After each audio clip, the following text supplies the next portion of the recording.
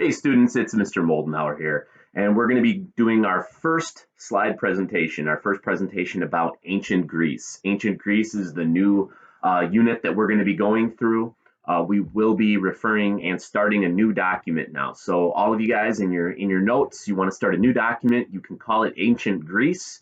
All of the notes from the different 5 sections that we're going to be learning about under ancient Greece will go right in that document. So start up a new document and start taking the notes as we go through this section. Our first section, which is called the people of the Aegean, the early people of the Aegean, we're going to be learning about 2 of the early Greek civilizations. One of them is called the Minoan culture, and the other one is called the Mycenaean culture. The Minoans actually started on the island of Crete, and the Myceneans are the first Greek culture to actually be on the Greek mainland, the first big one. We'll be looking at both of those cultures specifically, and also talking about the importance of one of the early writers during this period called Homer.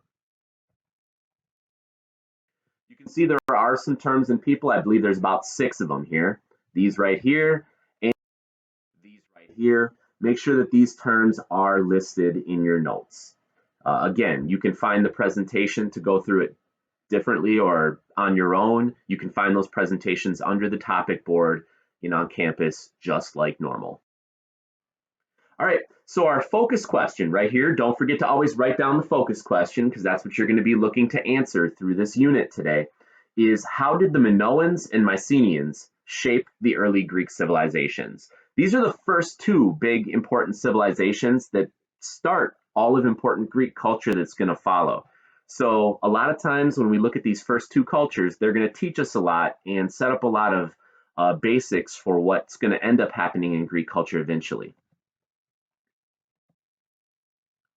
And you can see here that some of these ideas and things that were created by the Minoans and Mycenaeans are going to influence many other groups of people in Greece and around the whole world. All right, well, here's a basic picture that we've got here of ancient Greece. And if you look at it, you can kind of see that down here you have the island of Crete.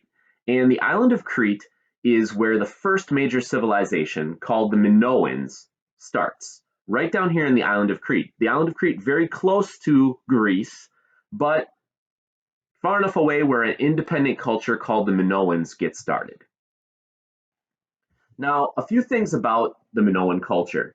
First of all, the Minoan culture starts on this island of Crete. We first of all know that they're also very, very good at trading. The fact is they live on an island. When you live on an island and you're surrounded by a sea, the Aegean Sea, you can see that word right here, you need to be pretty good at water if you want to be able to communicate or trade or do anything with anyone else, and they were. You can see some of their the frescoes and paintings that were on their palaces and walls of their different structures, and they have so many pictures of sea kind of trade, boats and other things like that show you that the Minoan people were very good at this. You can also see the boats that they had constructed here are very high tech. You can see the whole line here of oars and sails and rudders and different technology that they had already perfected at this time. Their rulers of the Minoan people lived in a palace at a place called Knossos. And this place had shrines, the walls were covered with frescoes, which is really one of the only ways we learn about the Minoan people. Interesting little tidbit too. The Minoans, their culture is named after their king. Their king was King Midas. Now, if that sounds familiar to you, there's a lot of legends about this king. Maybe you know some of the legends of King Midas, the Midas touch, where everything he touches turns to gold. Or maybe King Midas and the Labyrinth, which had a mythical creature called the Minotaur that lived in this labyrinth and used to eat people. Well, these are some of the legends about the Minoan people. And one interesting thing about it is that King Midas, well, every single king that ruled the Minoan people, they were all named Midas. So Midas wasn't one king. It was actually every Minoan king got that title. Similar to Egypt, where the Egyptian king was called a pharaoh. Well, in Minoan culture, King Midas was the name given to every Minoan king. Well, these are a few of the legends that I was just talking about. This is the labyrinth, an elaborate maze where people have to, they actually put 7 young men, or young teenagers really, male teenagers and female teenagers, 14 young virgins every year they had to sacrifice to this beast right here called the Minotaur. And this beast would eat these 14 teenagers, and this was kind of like the payment to the beast to keep the beast at bay. Well, this it's really obviously a legend where we're not going to believe that there's this animal, this beast that's half bull, half man that eats young people, killing 14 young teenagers a year and lives in this elaborate maze that nobody can find their way through. This story's just legend. It's just made up. But it's interesting when we look through the ruins of the Minoan culture that sometimes legends are based in reality, or sometimes legends at least have something connected to something that was actually true. And I'm not trying to tell you here that the Minotaur was real. I'm not trying to tell you that the labyrinth was real, and I'm definitely not trying to tell you that they sacrificed 14 young virgins every year to appease this bloodthirsty Minotaur. But what I'm going to tell you is a little story about what did happen, at least according to evidence that we've seen in the kingdom of the Minoans, which might explain how these legends. Well, this is actual excavation from Knossos, the capital city of the Minoans, and you can see how this palace was very ornate and well decorated. You can also see on the palace how they did a lot of these things called frescoes or paintings. Paintings like this one down here at the bottom are all over this palace in Knossos. Another thing about this palace in Knossos is it's ridiculously huge. You can see a piece here that's left over. This maybe is a picture of what it would have looked like. But the sheer size of this palace in Midas is mind-blowing. Some have said that this palace was added on to by every subsequent king. So when you were a king, you added on another part to it. You added on another part to it. Some think that this palace got so big that it was literally as big as perhaps a city block that we're familiar with today. And all these new building projects added on, added on, added on. Imagine being in that palace. It'd be probably pretty tough to really know your way around from room to room, section to section, area to area. Could that be maybe some of the founding of the idea of the labyrinth, this maze that no one could get through? Also, it's interesting, the beast is called the Minotaur. Well, that's kind of sounds eerily like Midas's name. Minotaur, Midas. Is there a reason for that? Well, there's also a whole lot of pictures in the palace that look kind of like this one right here. And if you can't tell what this picture is trying to do, it seems as though the favorite sport of the Minoans was a sport that involved a bull and several young acrobats. Apparently, the point of this game was you would have they had what almost like a Fiserv forum that was located in the palace. So they had like a big stadium type area inside the palace. And the game was you had this raging bull who would rush, and they would get the bull's attention. The bull would rush at the young acrobats that they would have. They would have young acrobats standing in front. And just before the bull would run over the acrobat and kill it, the idea was the acrobat would basically do a jump and a handspring over the charging bull. You can see this acrobat right here who's successfully completing it. Do a backflip over the bull and then land at the back, just as this person has right here. So basically, a charging bull charges at you, you jump, you flip over the bull's back, and then land upright on the other side of the bull. That was the point of the game. Apparently, the Minoan kings and Minoan people loved this game.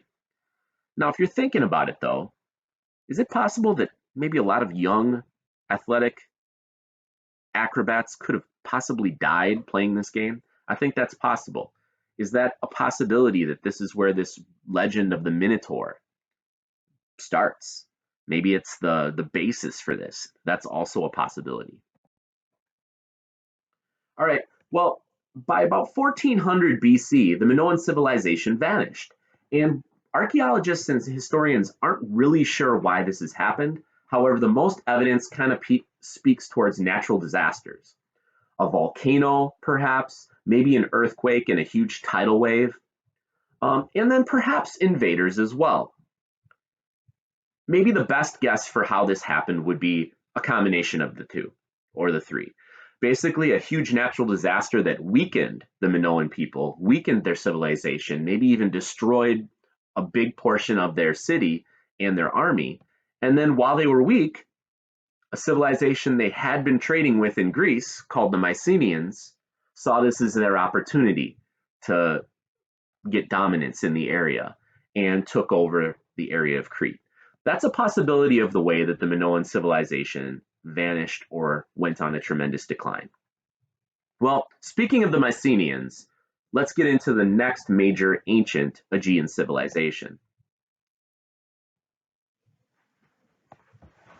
Early mainland Greece, and mainland Greece is this area right here. Okay, this is mainland Greece. This is the island of Crete, which a lot of times is considered part of Greece. But anyway, mainland Greece was ruled by this people called the Mycenaeans. And the Mycenaeans lived here on the mainland of Crete. They conquered a large area, including Crete, which this probably happened when Crete was reeling from those natural disasters. Well, they started to even expand their territory. And all of these different areas that you see kind of highlighted in orange over here, down here, even into Africa and Egypt a bit, over here into what's currently Spain, over here into Italy, and over here into Asia Minor. All of these areas started to be colonized and conquered by the Mycenaeans.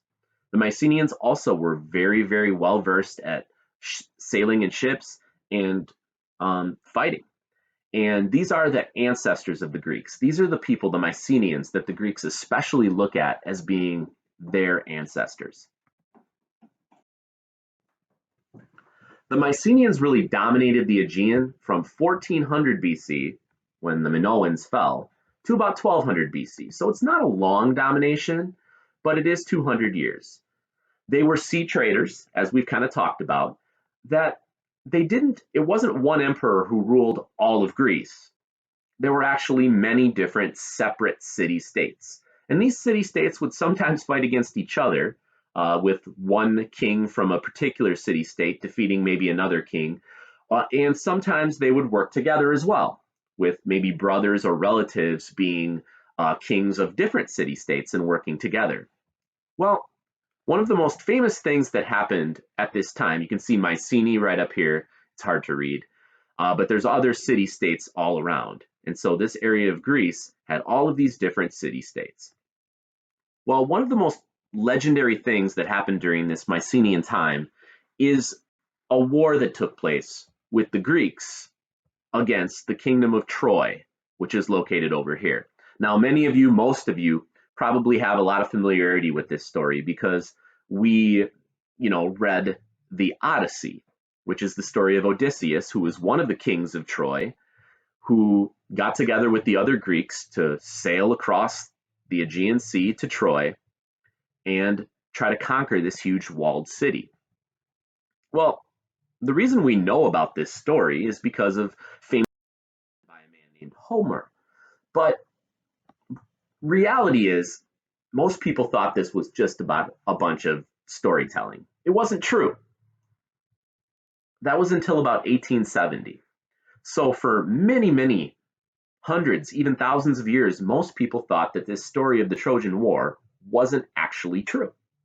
However, in 1870, some excavators, some archaeologists, actually were digging in the area and uncovered an extremely large walled city, evidence of fire damage, which, of course, if you remember the Trojan War, the end of the Trojan War, the Greeks came in and burned the city of Troy to the ground, and also much evidence of fighting that took place outside the city, which would explain the war between the Greeks and Trojans. This dates to about 1250 BC. So for thousands of years, they thought this war was just a legend, just false, just a made up story. But the interesting thing is now scholars think it was actually a real, true event. Now, is everything in the Iliad and the Odyssey, these two epic poems, are true? Of course not. There's lots of things about gods and demigods and different warriors like Achilles and different characters like Odysseus, which are obviously figments of imagination and not true. But some of the basic facts of a war being taking place between the Trojans and the Greeks actually appears to be true now. Well, Homer, this famous poet, which helps us to remember these events and actually tells us probably the most about Greek culture at the time. Uh, Without Homer and his two epic poems, the Iliad and the Odyssey, we probably wouldn't know very much about Greek culture, ancient Greek culture during the Mycenaean time without him. But since he did tell us these stories, we know quite a bit. The Iliad tells us about the Trojan War, the fights between Achilles and the Trojans, and the Odyssey tells us about that one famous hero, Odysseus, who tries to return home and has to fall into all different kinds of problems with gods and other people.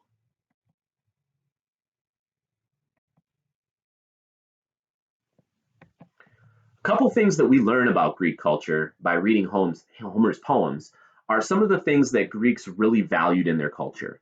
Of course, the idea of honor, faithfulness, courage, and eloquence. These were some of the number one most important traits that Greek people valued. They valued having honor and doing everything you possibly can to maintain your honor, even if it might cost you your life. Being faithful, being loyal to the people. If you think about Odysseus, how he was loyal to his wife, well, basically, right? And courage, not being afraid, being willing to fight even against a very, very formidable foe. And then eloquence, being able to talk, being able to talk your way out of something, or to be able to state your opinions in a very eloquent and a very formal way. Those were all qualities that Greeks really, really appreciated, according to Homer. And that tells us a lot about these ancient cultures of the Mycenaeans, also the Minoans. Well, how does it all go down then? 1250 is when this Trojan War takes place. How come 1200 the Mycenaeans are gone? Well, shortly after the victory of Troy, the Mycenaeans are attacked by another enemy that they had had from the north called the Dorians. Normally, the Mycenaeans would have been able to take the Dorians easily. They had for years. But the Mycenaeans were so worn down, the Greeks were so worn down from the war, the long war they had just had with Troy. Many people had died in that war. There were far less warriors and fighters. A lot of money had been used up fighting the war. A lot of equipment and weapons had been used. So when the Greeks get back to their own homeland and now the Dorians are attacking them, they just didn't have the strength to go against them. And when the Mycenaeans got defeated, the Greeks were defeated, they kind of started to abandon the cities, stop trading on their ships like they used to. They even, culture kind of took a 4 steps backwards. They even forgot many of their skills because they were worried about survival. They were worried about how can I find food? How can I stay alive? How can I try to preserve my family? They weren't worried about all these high level things. So some of the skills like writing were even forgotten. And after the Mycenaean civilization faded, several centuries, it's not like Greeks were completely gone. There were still Greeks living in Greece. They were just living in small, isolated villages, not really doing that advanced civilization kind of things anymore, really weren't writing anymore, weren't being a big influencer, trader, or conqueror. So, but the thing to remember, and what we're going to continue to learn as we do this lesson, is eventually a new Greek civilization would emerge, and it would dominate this region and influence the rest of the world. The Greeks might be in a down place right now, but they will be coming back stronger than ever. And that's what we'll be learning about in our next lessons. That's about it for the Minoan